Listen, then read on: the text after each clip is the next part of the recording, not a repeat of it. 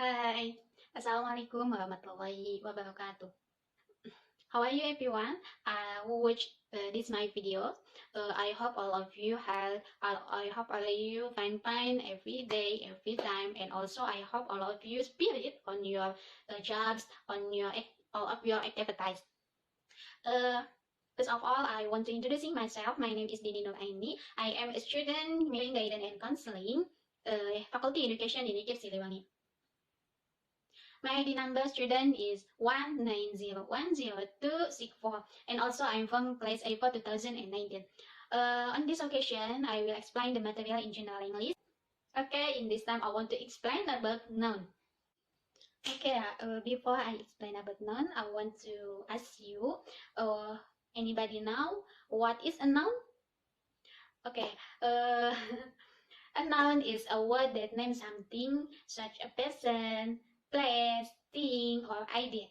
In a sentence, noun can play the role of subject, direct object, indirect object, subject complement, object complement, appositive, or adjective. Noun form a large proposition in English vocabulary, and they come in a wide variety of types. For the first, noun can name a person. For example, Dini Nuraeni. Dini Nuraeni. Dini is a noun, but noun name a person. Like president, my mother, uncle, Sukarno, that is a noun, but noun name a person. Okay, the second, noun can also name a place. For example, Papandayan Mountain, Garut, University of Indonesia, IKIP Siliwangi, my class. That is a noun also, but noun name a place. The third, noun can also name things, although sometimes they might be intangible things, such a concept, activities, or process. Some might even be hypothetical or imaginary things. For example, like book, pen, happy, or freedom, laptop. That is noun also, but name things. Also have 6 types of noun, but there are proper noun, common nouns, abstract noun, concrete noun, countable noun, and the last uncountable noun. For the first, proper noun. One important distinction to be made is whether a noun is a proper noun or a common noun. A proper noun is a name which refers only to a single person, place, or thing, and there is no common noun for it. For proper noun, in writing English, a proper noun always begins with capital letters. For example, Cimahi. Cimahi it refers to only one particular city. In writing English, she began with capital letters. So Dini refers to a particular person.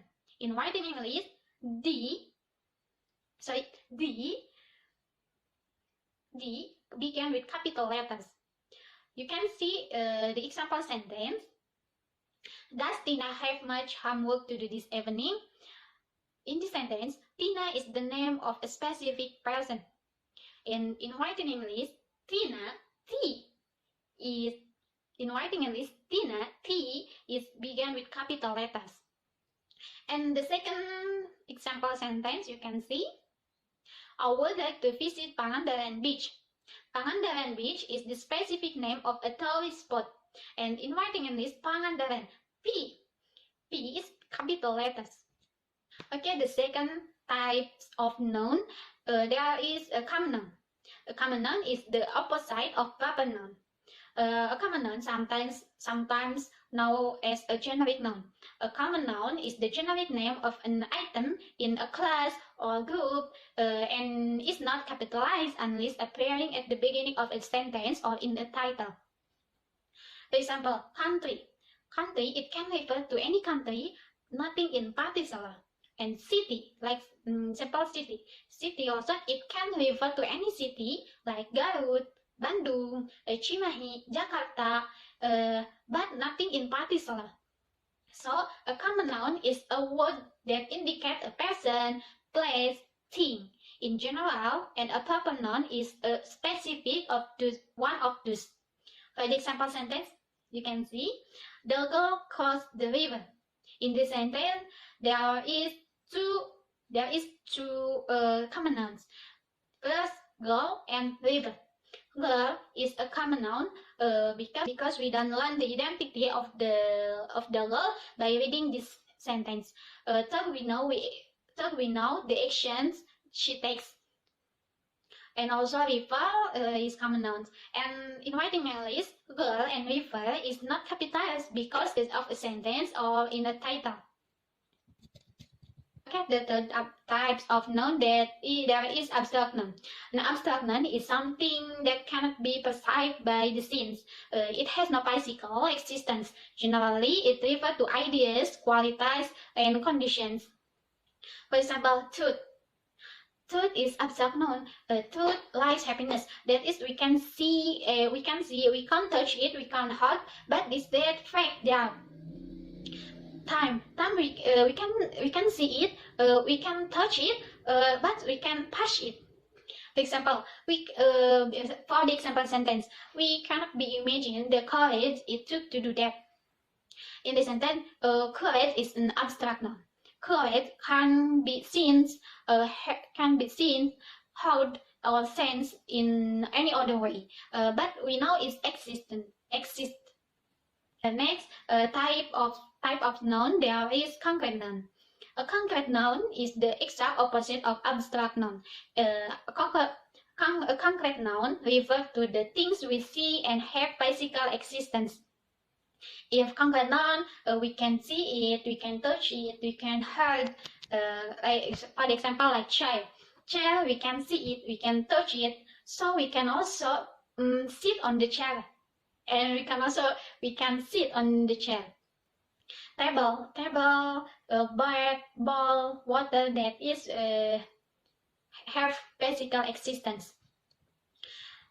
For example sentence, I heard the double, or my keyboard is sticky. Double and keyboard are real things that can be seen. Double and keyboard, we can touch it. Okay, next types of noun, there is countable noun. Countable nouns are nouns which can be counted, even if the number might be extraordinarily high, like counting all the people in the world. Oh, so very much people in the world.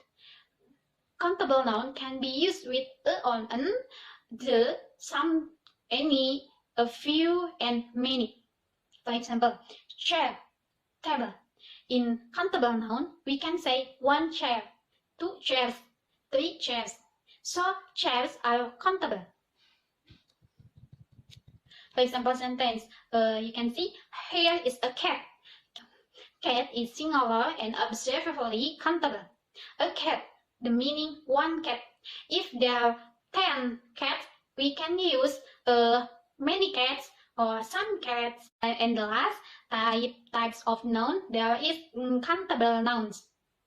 Countable nouns are nouns that come in a stage of quantity which is impossible to count. Liquid are uncountable, as are things that act like liquids, like sand, air, that is impossible to count. They are always considered to be singular and can be used with some, any, a little, and much. For the example, water, sugar, oil, salt. In uncountable noun, we can say 1 water, 2 water, 3 water, because water is not countable.